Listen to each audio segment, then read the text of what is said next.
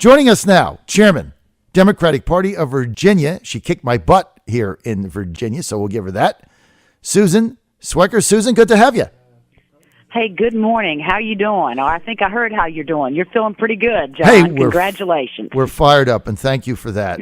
It was an exciting time, no question. I know you guys were very disappointed over the outcome, but I have to say this, Susan. I kept telling your people over and over we were going to win. And I said, be prepared. We're going to win. I must have told Emily that 100 times, and so it panned out. But we're not going to talk about that. What we are going to talk about, though, is the machine that you have been able to build in Virginia for the Democratic Party of Virginia, which is very impressive. I thought we would do better in Virginia than we did, but you guys have put together quite an organization, Susan, something that you personally should be very, very proud of. Well, I thank you for that, and we are proud of it.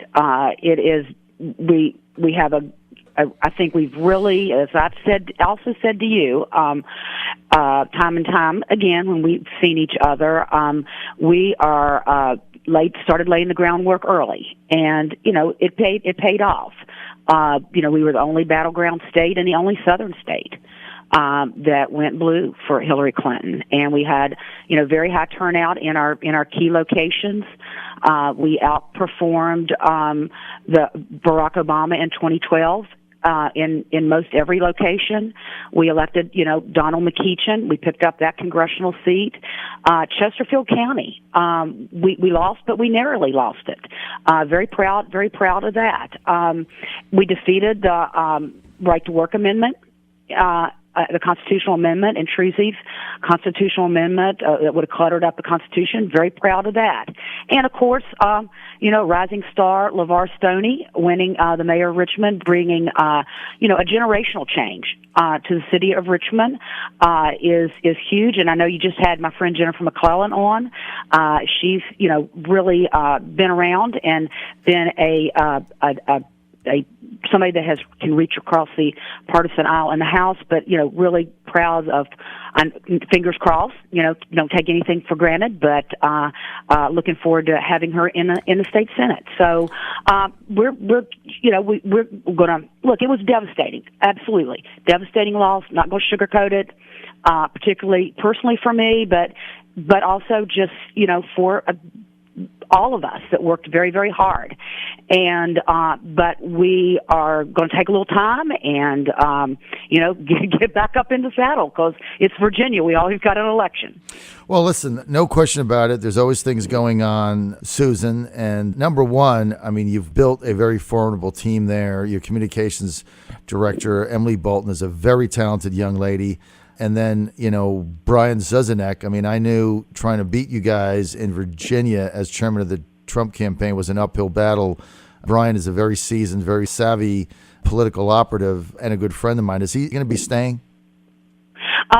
I'm not sure what his plans are, but, that's the other thing that I think is important and we've had years in campaigns where we've had a lot of people in that don't know Virginia that come in. And so, having people that knew the lay of the land, Brian is somebody that's been around now for a while, knew the lay of the land, Emily, our team, Becca, Maidi, people that are seasoned Virginia people, our coordinated campaign director, somebody, Chris Bowling. They are people that know Virginia. That is, and I know you know that. That makes a difference instead of people that sort of drop in from the outside and try to learn the state and the players and the local committee people and, all of that. And so he and I were trading calls, going to try to get together with him and find out, just giving everybody a little bit of a break, a little bit before we, get the next steps.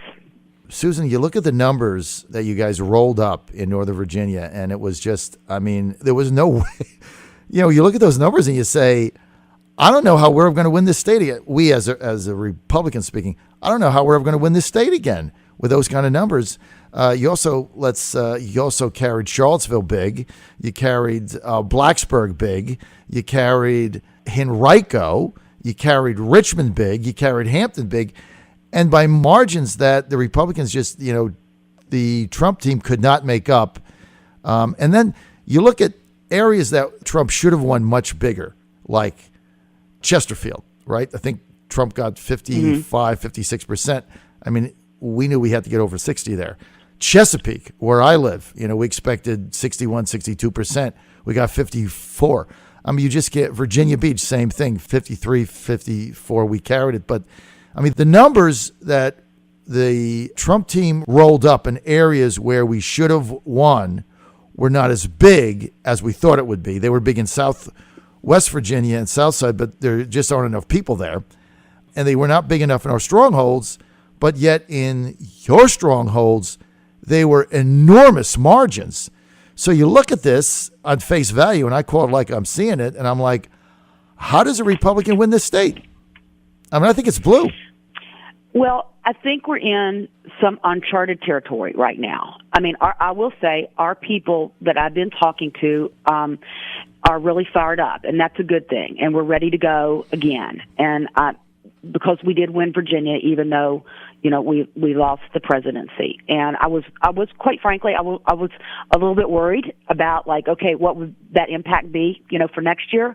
But we had a conference call with our city county chairs the other night, and had our candidates on, and the call, we had way over 100 people on the call, and then just with talking, people are ready to go, and that made me feel like, oh wow, this is really good.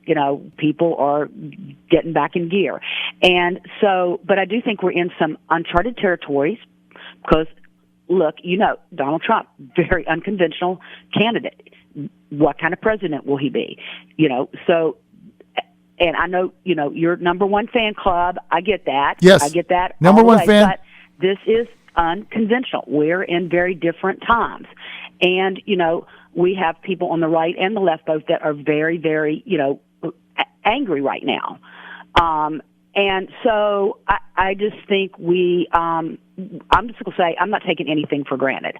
I do think the demographics look that way, but I also know that, we're going to get up every day and just keep, working very, very hard. You've got on your side, on the Republican side, let me just say on the Republican side, coming up, I mean, you're facing another bruising primary, if you stick with the primary or convention, for governor. Look, we've got our path set for governor and attorney general. So, we've pretty much got peace in the valley there. And I think that's a good thing. So, at this time. So, but nationally, I would say on the national, election side, yeah. I mean, I think that the trend would be, yes, we are more blue than purple at this time. But not going to take anything for granted.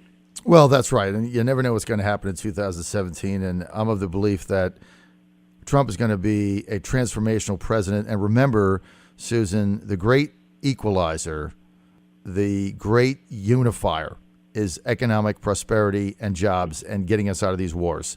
And if Trump can build the economy, create jobs, eliminating these bad deals that we have and doing some of the other things that I know he can do, and people go back to work and the economy is growing at 3.5% or 4% like it should, not 1%. I mean, that is the great unifier. People find common ground when they're doing well economically and they're getting jobs, no doubt. So we're going to see how it plays out.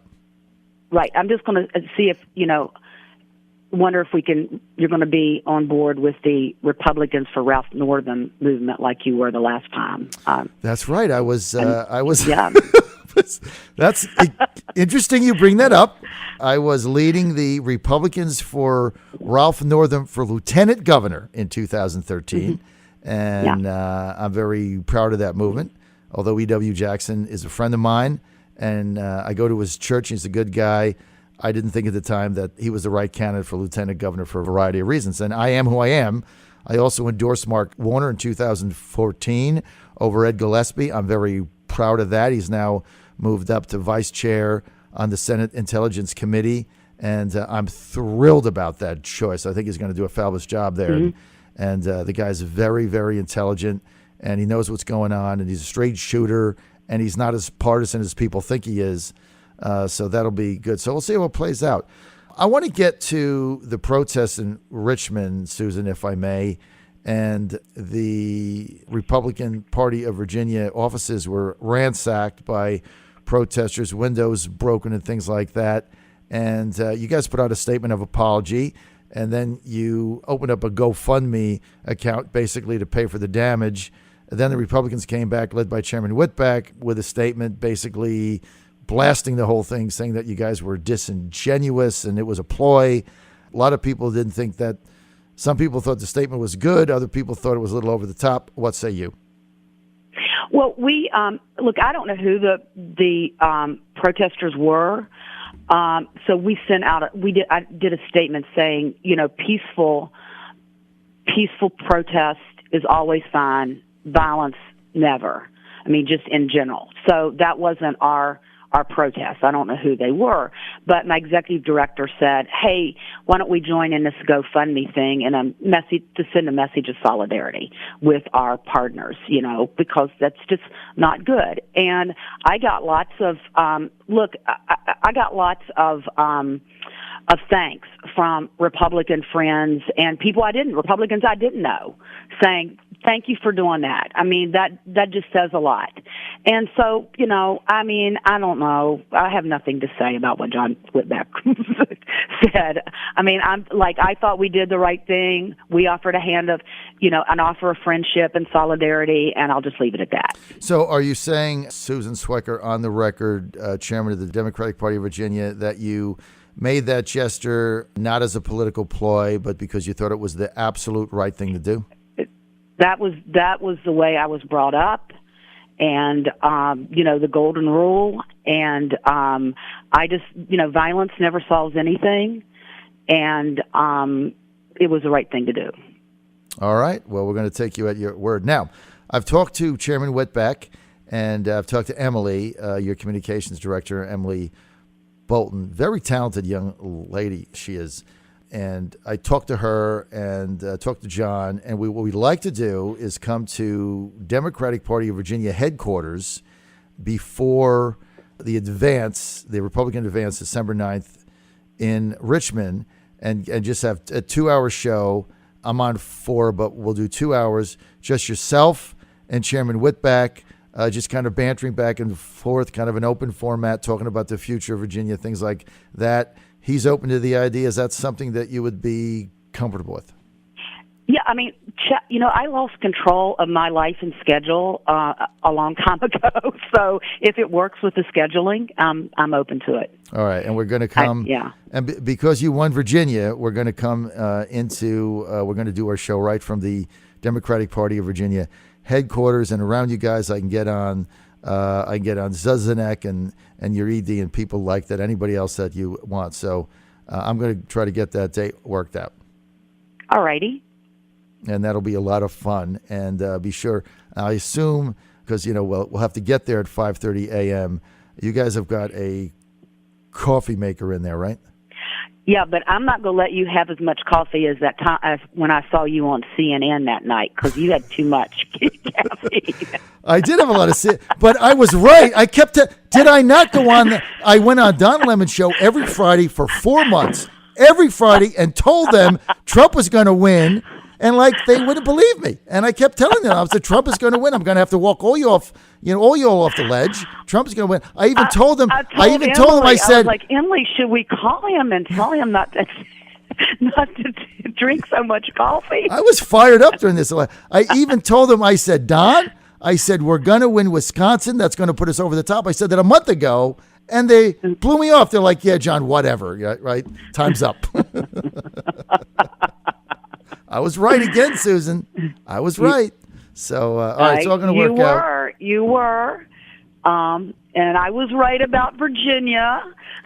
Yeah, you all kicked I my can butt. Control or have anything to do about it, talk about is Virginia, world. You guys kicked my butt in Virginia. I mean, I'll give you that. You kicked my butt.